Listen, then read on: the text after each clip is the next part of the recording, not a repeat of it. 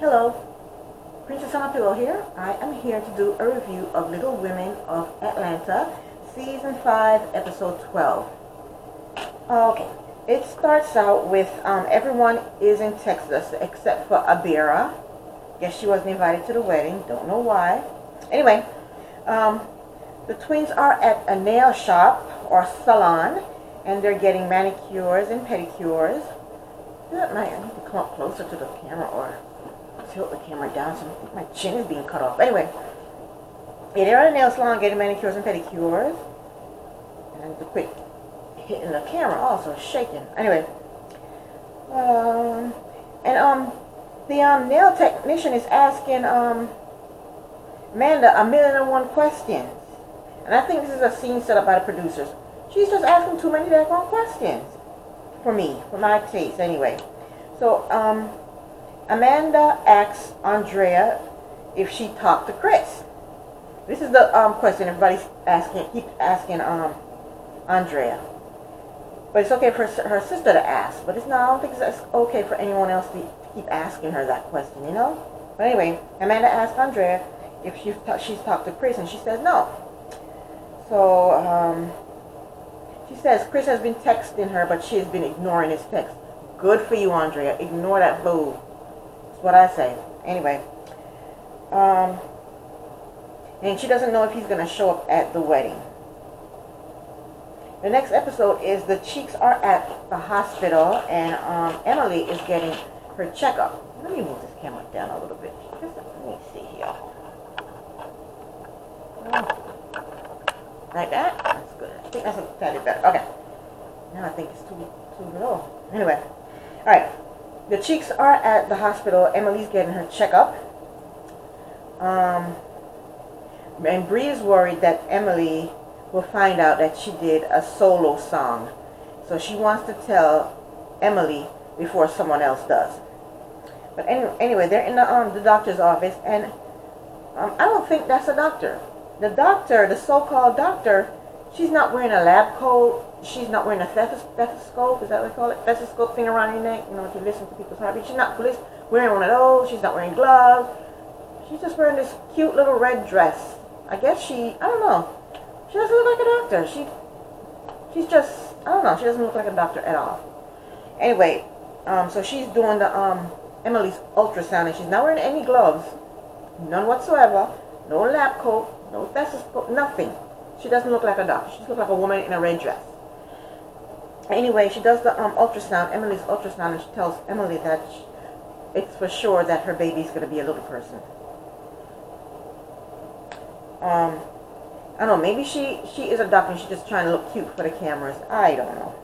But to me, she don't look like a doctor. Anyway, the next episode is the twins and their mom go cake tasting. And Andrea, she decides on the red velvet, which is yummy. I love red velvet. And Amanda gets emotional when her mom tells her that, you know, thanks her for inviting her to the cake tasting, because her mom couldn't be there from the beginning to help her with planning the wedding. So Amanda gets emotional about that because she wished her mom was there from the beginning to help her plan the wedding. Then Andrea gives Amanda a gift. She gets emotional about that too. It's a cute little card with a cute little pocketbook. Nice little gift. The next up is the Cheeks and Miss Juicy. They meet up in a courtyard. I think maybe it's the courtyard that Miss Juicy, of the hotel that Miss Juicy is staying at. But they meet up in this courtyard, and of course Miss Juicy spilled the beans about Bree's Bree's solo song. So Emily says, what single? And Bree says, the single that I did. And Emily says, by yourself? And then Emily says, she waited until I left to do this single. That's true, she did. And then Miss Juicy tells Emily that she should have some common sense. And that she should be happy that Bree is working hard. And Emily cuts Miss Juicy off and says to Bree, that's really effing tacky, Bree. Next scene is it's Amanda and Jordan's rehearsal dinner, and everyone is there. All their friends and family is there, Everyone's eating and drinking, having a good time. It looks like a really nice restaurant, or I don't know, you know, like it's somewhere on the ranch that they're having the rehearsal dinner. Everything is set up really nice. Anyway, Nosy Money asks Andrea if she talked to Chris and if he's coming to the wedding. And Andrea basically told her that she hasn't talked to Chris. And then Nosy Money is telling Andrea that she should reach out to Chris and call him and talk to him. And I wish Money would mind her business. It's none of her business. She's really annoying me. She keeps saying, oh, you should call him, and you should invite him, and all this nonsense. And Andrea says, she basically says that Chris can come to the wedding if he wants to. I mean, I'm pretty sure since it was going to be a double wedding, he knows where the wedding is, he knows what time it's going to start, and he can come if he wants to.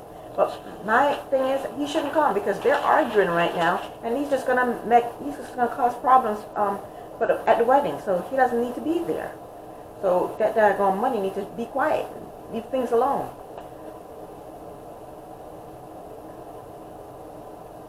And she asks Andre if she thinks that they'll get back together. I don't know why she's all up in Andrea's face asking her all these damn questions. Leave her alone. Money. Anyway, Miss Juicy and Minnie comes over, and that daggone Money puts Andrea on blast and says that don't you think Chris should come to the wedding? And they're like, yeah, we think Chris should come to the wedding. We think you should call him. And Andrea just finally gets up. She, nicely got up and walked outside. I would have done the same thing, but I would have told them to mind their damn business first. But anyway, she got up nicely and she walks outside. And then her sister goes behind her just to check on her to make sure she's okay.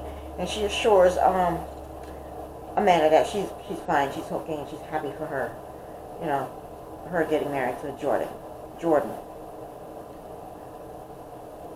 Yeah, Chris does not need to be at that daggone wedding.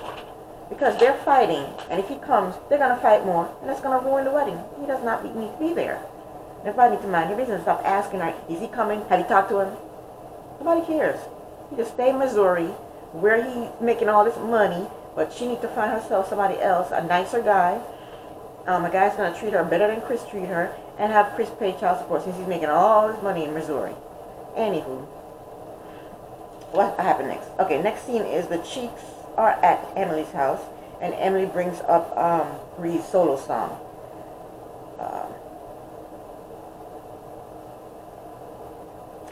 So Bree says to Emily, do I have to tell you everything that I'm doing? And Emily says, we should at least be on the same page and have respect for each other so that we remain good and solid.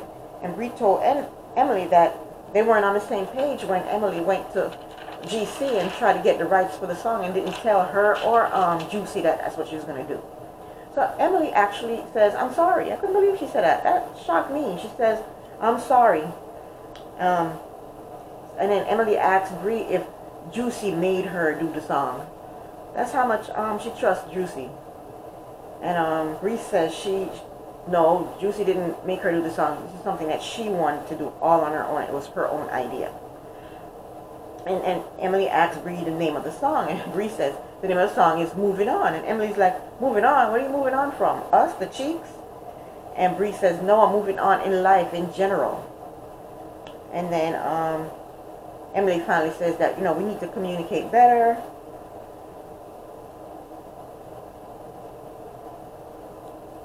Yeah, Emily tells Bree that, we need to communicate better. I'm surprised that she didn't get upset or anything, but she was all calm and cool and collected. And then I'm surprised that Emily didn't ask Bree to play the song for her. I want to hear the song. I'll be curious to want to hear the song. I guess she must have listened to it off camera, but I would have liked to see her reaction on camera about the song. But she didn't ask her to play the song for her. Just asked for the name of the song. Anywho, it's the day of the wedding and the bridal party. They're getting hair and makeup done and drinking champagne. And Andre and Money, they go outside for a little bit, and Money, here goes Nosy Money again. She's asking Andrea how she feels about Amanda getting married. But I think this is another scene set up. Nothing looks natural. Everything looks fake, like it's set up by the producers. they talked for a little while outside, and that was that. So now it's time for the wedding ceremony, and the wedding planner, Mill, she comes in and she gets the bride, the mother of the bride, and she gets the bridesmaids, and everything's going well. Amanda's dad walks her down the aisle to Jordan, who is wiping his face and wiping all his tears away. And the ceremony was nice, and Amanda was gorgeous. I love her dress. She looks really good in her dress. Nice dress. And then the reception was nice. Amanda and Jordan, they did their dance, and then Amanda danced with her father, and then Amanda's dad welcomed Jordan to the family and gave them his blessings. Then Andrea, she made a short maid of honor speech, and Minnie also gave us a small speech wishing the happy couple well. There's dancing, eating, drinking, and everyone is having a good time. The guests, they go outside and they light these fire lights, and the bride and the groom walk down the center, and that's a lot better than throwing rice. That is so much better than throwing rice. But I would be afraid my hand gets burnt with the fire lights. But that was a lot nicer than people throwing rice at you. So the happy couple, they walk to their cabin, and it's a real nice wedding, real nice reception. And Andrea is sitting by herself outside, and Minnie, Nosy Minnie, and Nosy Money, and Minnie comes out there, and Andrea tells them that she feels like things are going to change now that Amanda is married to Jordan. And they, of course, bring up Chris. They want to know if she called him. And she says no. She says no, she didn't call him. And I think that's good. Amanda don't need to call Chris. What she called him for? He left. He's the one that left. What she called him for? Called him and sounding desperate? No.